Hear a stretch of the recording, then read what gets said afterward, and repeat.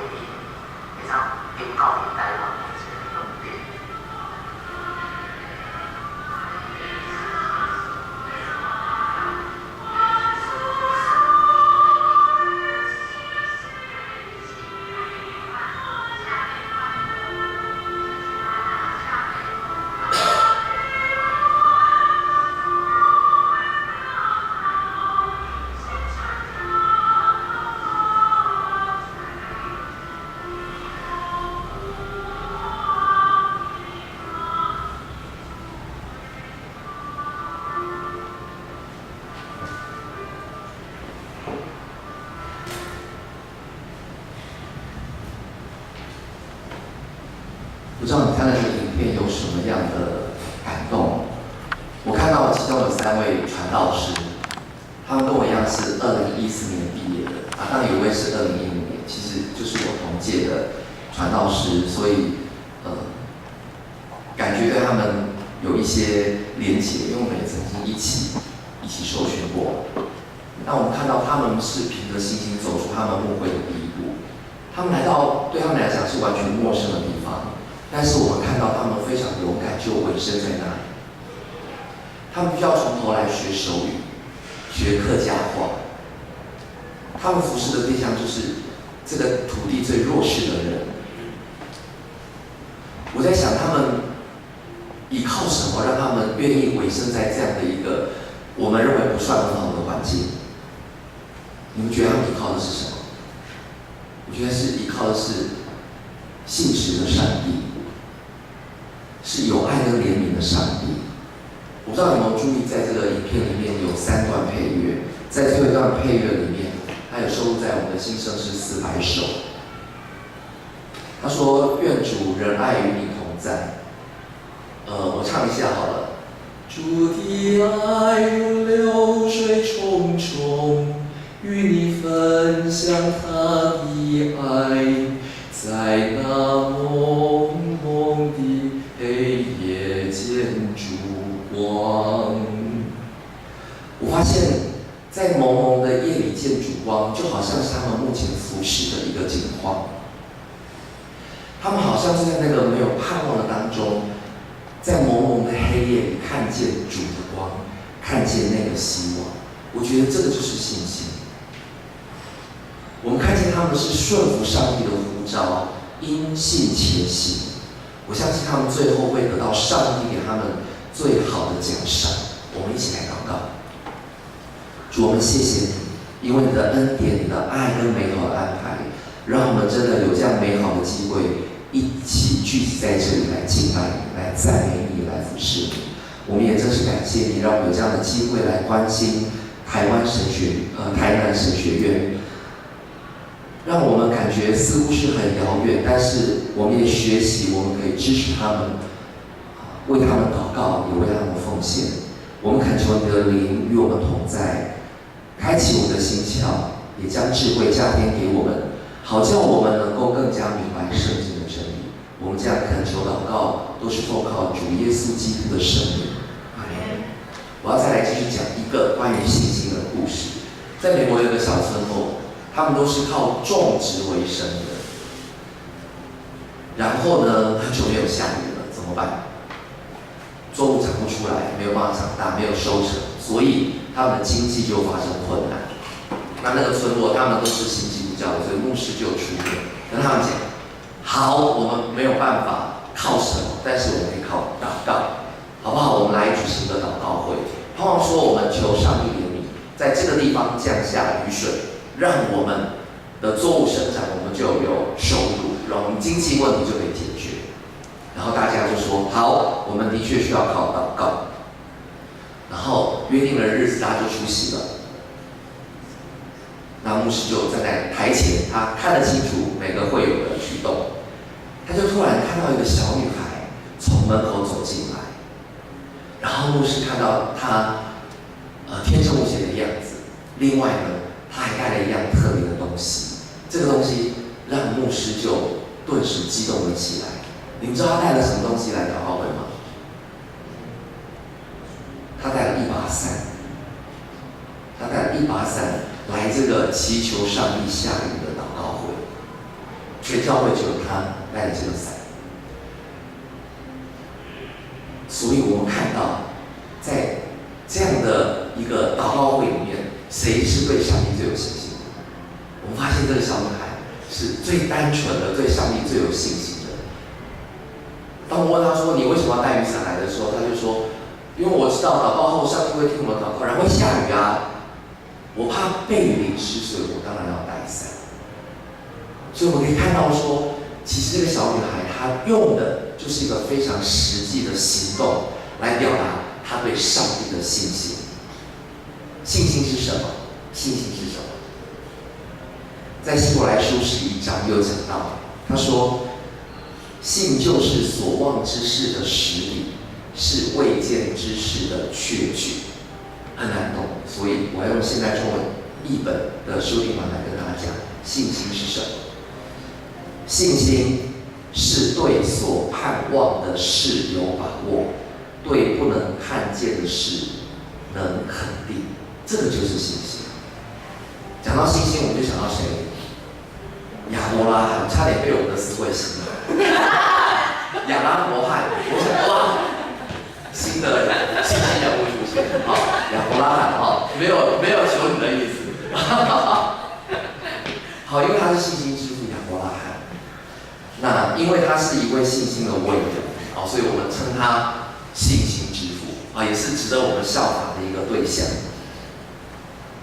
那个时候，上帝就呼召他离开他的故乡，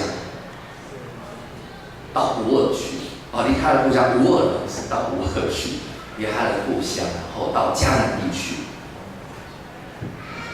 他有没有对上帝的话打折？其实没有上帝叫他去，他就出发了，好，然后呢，他也不知道他该去哪里，但是他相信上帝会带领他去。他真的是凭着信心，他抓住上帝的应许，然后呢，顺服上帝的旨意，他就付出行动，就走出去了。那么他这个单纯的信心，其实为他走出了一条新的人生路，让他经历到信实的上帝，因着信心，他进到赏赐丰富的上帝赐给他众多子女，好，成为信心之父，其实也成为多国之父。后来上帝做了一件事，就是要考验他的信心。这个是一个非常大的考验，因为上帝说什么？你要把以撒献给我。这以撒是得来不易的儿子啊，他等了25年，而且是他到100岁的时候，好晚年得子啊，那是多么高兴的事情！这个孩子对他来说是一个宝贝，上帝居然要叫他的宝贝献给他，这对他来说是一个非常大的考验，非常大的考验。那我们来看一下亚伯拉罕他的回应是什么？他没有办法理解上帝为什么要对他这么做，可是呢，他用了一件事情来回应上帝的考验。他用什么？他顺服上帝叫他做什么他就做什么想当初25年前他离开他的故乡，他就是听上帝的话，他顺服上帝的旨意。然后呢，25年之后，他一样接受这个考验的时候，他也用顺服来接受上帝给他的考验。他没有怀疑，所以他不知道为什么，但是他相信上帝对他来说，对他来讲一定有更美好的旨意。那因为他通过了这个考验，所以上帝对他其实是非常满意的。所以呢，我们也看到经文的后面，我们今天读的经文够长吧？好，如海边的沙，如天上的星，这么多，这是何等大的福气啊！好，所以他是以色列人的祖先，他的信心又是这么样的大，所以我们就称他是信心之父，这是实至名归的一个称号。好，那大家有没有想过亚伯拉罕为什么他对上帝，对他所信的这个上帝是这么样有信心的？他的根基在哪里？因为上帝可信嘛，对不对？好，因为上帝是信实的。的确，我觉得上帝的信实就是亚伯拉罕这个信心的一个很重要的基础。上帝之前对他说：“我必叫你成为大国，我必赐福给你，叫你的名为大，你也要叫别人得福。”好，这是上帝给他的应许。然后亚伯拉罕就相信了这个应许一定可以成就，所以就是像我刚刚讲的，他离开他的故乡，然后呢，应许成为大国，他的子孙会很多。可是其实他那个时候怎么样，根本就膝下无子，而且呢，怀孕有望吗？无望了，无望了。可是，在他最完全无望的时候，他却因为信心，他相信上帝的应许。他对上帝依然心存盼望，也因为他是这样，所以上帝的信实就被他成就了。他也终究成为多国的祝福，众人的祝福。那么，从我们今天看的经文当中，我们知道信心其实怎么样，需要考验的，对不对？我们都说我们有信心，可是当考验来临的时候，你所表现出来的未必是有信心的。有一句俗话说，人生就像黄金，落到火炉里面一样，金星清楚，金炉灰炉啦。我们知道火炉非常的热，如果你落在火炉当中，一定是会受不了。但是呢，我们知道，当黄金落在这个炙热的火炉里面的时候，透过火的这个烧，它可以把杂质去掉，这个黄金的价值怎么样？它本来可能是99变成99.99999，变成纯金，这个价值怎么样就更高了。所以其实我们的人生也一样，我们也必须要在困境里面，我们必须要遇到困境，我们必须要像约伯一样，要有这个苦难。虽然在这个苦难当中是痛苦的，你可能会流眼泪，会受不了，但是当你愿意把这个苦难想成是上帝对你的考验的时候，你不要失去你的信心，你不要失去对上帝的信心。我相信这样的哀哭终究会变成跳舞。一宿虽有哭泣，然后呢，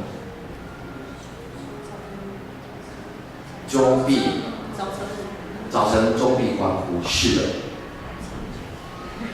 我们在今天经文看到，其实耶和华是一位为我们预备的上帝。耶和华以勒是上帝必预备。我们要做出的应许，我们要相信上帝早就为我们预备妥当了。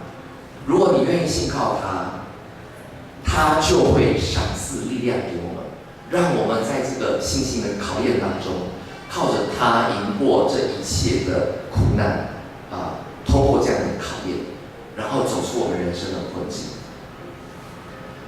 讲到困境，现在亚伯拉罕遇到他人生最大的困境，因为对他来讲，要把他的最宝贵的儿子献给上帝是件很艰难的事情，而且非常的折磨，非常的折磨。那我刚刚已经讲了，其实亚伯拉罕后来顺服了上帝，他用顺服来面对上帝对他这个严苛的考验，这个严苛的信心的考验。经文很长，我就不再多说，但是我简单的说，他听见上帝对他的指示之后，他隔天清早就怎样付诸行动他立刻执行上帝要求他做的事情，不管他内心经过多少的挣扎、痛苦、征战，要不要，但是怎么样，这些激动的情绪完全都不在经文里面呈现。他有没有跟他的老婆商量说，我们要不要把以撒献给上帝？有没有？没有，表示他的信心是真的坚定。然后他走了几天的路，才到达目的地，走了3天这3天当中可不会后悔？可以可是他们改变心意没有，所以他的信心是非常坚定，没有动摇的。他完全遵照上帝的吩咐去做，表示他的顺服确实是很彻底，而且是完全的。所以当亚伯拉罕他走到哪里，摩利亚山的时候，他怎样？因为其实他是有钱人，而且他地位蛮好的，是有仆人他就对他的2个仆人说：“你们现在跟着驴子就在这边等候，我要带着以撒到那边去拜一拜，就回到你们这里来了。我等一下就回来了。”不知道有没有想过这个问题？他明明知道说他的死刑的目的是把以撒献给上帝要先做燔祭，烧做燔祭，对不对？燔祭就是烧给上帝他知道以撒要死，他们怎么可能再回来？但是他就是跟他的仆人这样说，所以呢，他的信心是非常大的。他不知道后来的事情会怎么样的发展，但是呢，他相信他所相信的这位信实的上帝一定有解决的办法，只是他不知道过程是如何，但是他相信上帝能够成就所有的事情，甚至于在他的挣扎当中，他不知道该怎么解决的时候，他也相信上帝会帮他解决。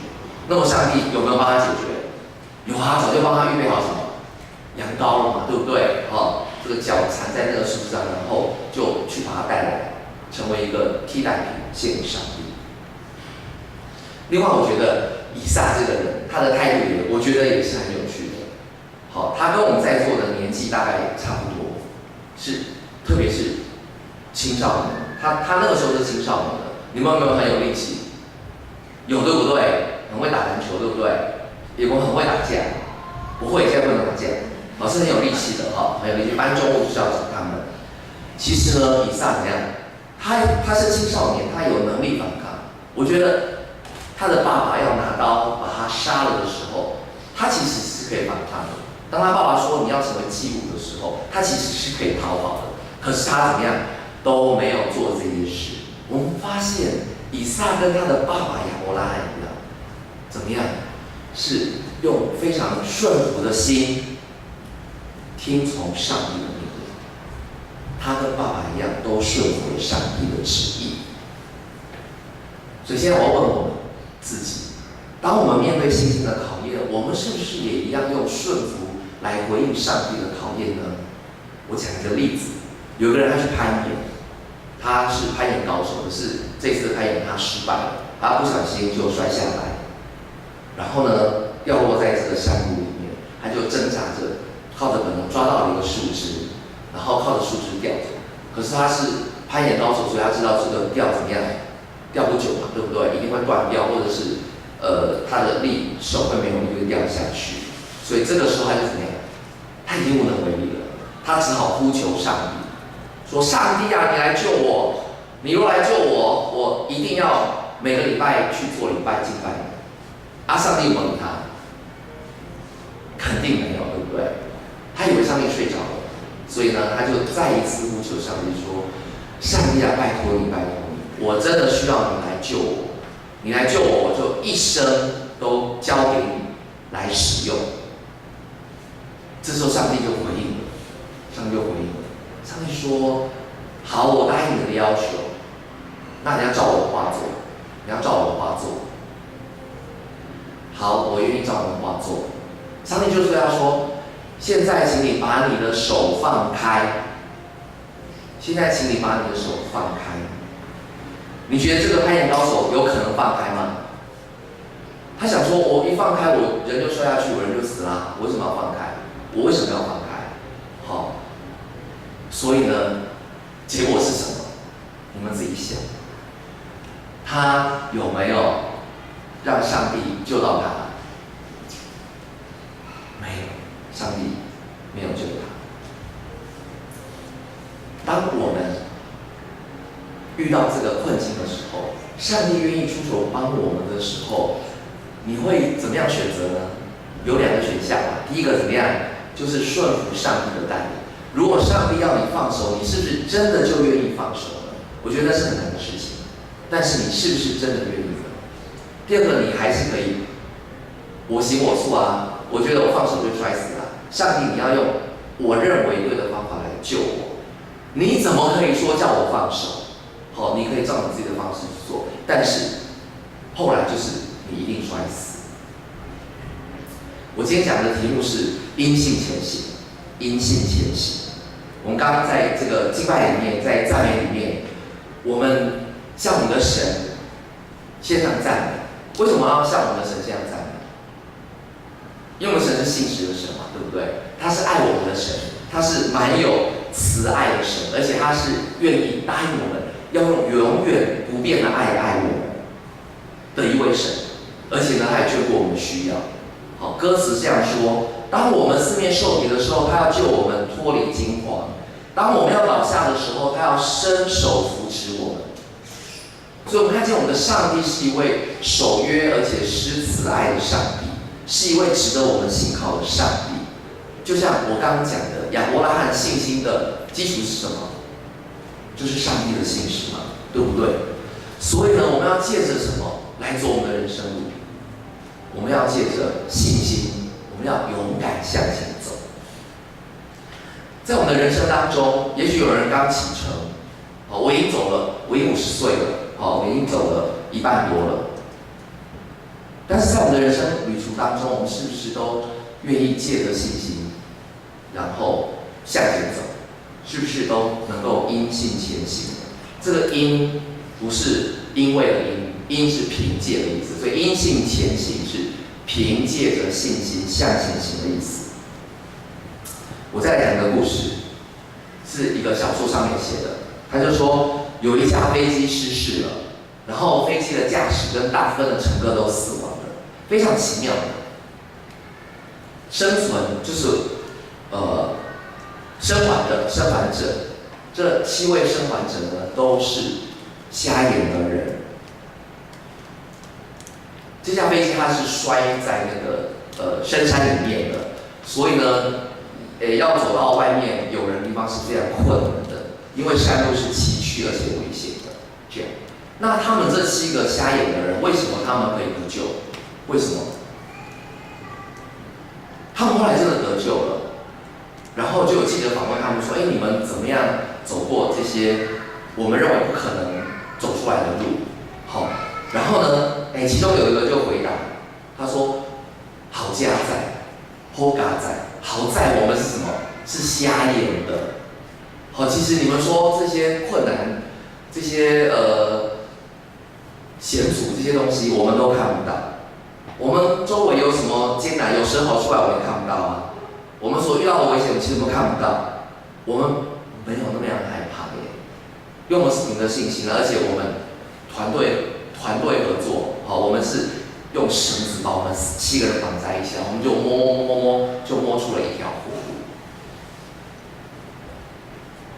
我觉得这7个瞎眼的精神，反而让我们可以学习说，在我们的人生旅途当中，我们是不是可以像那些瞎眼的一样，暂时把眼睛闭上，不看见我们所面临的艰难困苦，然后呢，我们就是单纯凭着信心，然后让上帝带着我们走，然后我们就可以走出我们的困境，然后得到更大的赏赐。我觉得是可以这样做，我觉得是可以这样做的。我们看见亚伯拉罕，他一生其实是起起落落的，他不是一帆风顺，他还是有遇到困难的时候。好，我们说他有成功，其实他也有失败。他的信心也不是像我们今天所看到的都是那么样的大，有的时候信心也是小的。好，有时候我们感觉很有信心，可是有时候我们怎样，非常的小心，或是完全没有信心。我举几个例子来说，他是一个小信的人。譬如说，他带着上帝的应许离开他的家乡的时候，他还带着他的侄儿，他盼罗德，他的侄儿，也许他盼望借着罗德来帮他，让他有子孙的后代。然后呢，在他经历在出走的时候，也怎么样，曾经说过谎啊，为了保全自己的生命，他说他的太太是他的妹子，对不对？然后呢，他也想，我真的都没有后代子孙啊，好，那我是不是娶个妾？他后来娶了夏甲当他的妾嘛，对不对？帮他生孩子啊，好，为什么要做这个事情？因为他要传宗接代，他靠了人的方式来做。我觉得这个是有的时候人就是这样，不都是信心饱满，也有小信的时候。那我们看到亚伯拉罕的所做，我们也知道说，其实有的时候我们真的是会有小信的时候。意思是说什么？说其实，在我们在走这个天路的时候，奔跑天路的时候，或是在走在我们人生的旅途上面，其实我们会遇到一些艰难困苦，或是遇到试炼，或者是挑战。我们要把这些试炼或挑战当作是一个考验信心的功课。我们要学习用顺服来接受上帝的考验，这是盼望我们说，就像那个瞎眼一样，不看周遭的环境，只靠上帝，然后因信前行，凭着信心向前行。当我们这样做的时候，我相信你所得到的赏赐一定是跟亚伯拉罕一样的大更多。上帝所赏赐你的是超乎你想象的丰盛跟富足。我想，今天我们的主领选了一首歌，叫《永远与我同在》。的确是这样。他说：“耶和华，你是我的主，是信实的主，你守护着我的每一步，你的爱充满了我的心。我相信你永远与我同在，你永远与我同在。所以我要用信心来回应你对我的爱跟信实。”我们来唱这首《永远与我同在》。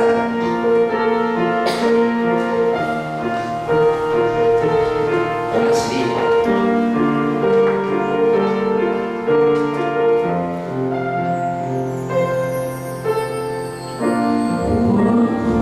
我求你引我出，渴望你侧听我的呼吁。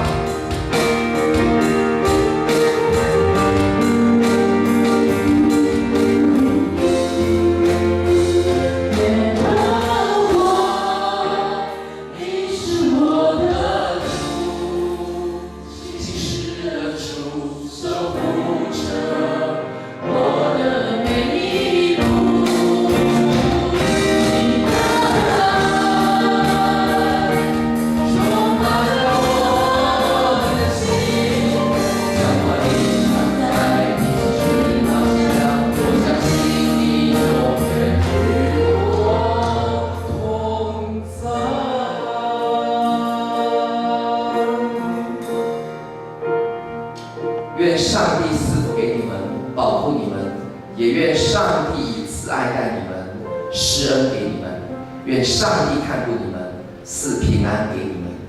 阿们。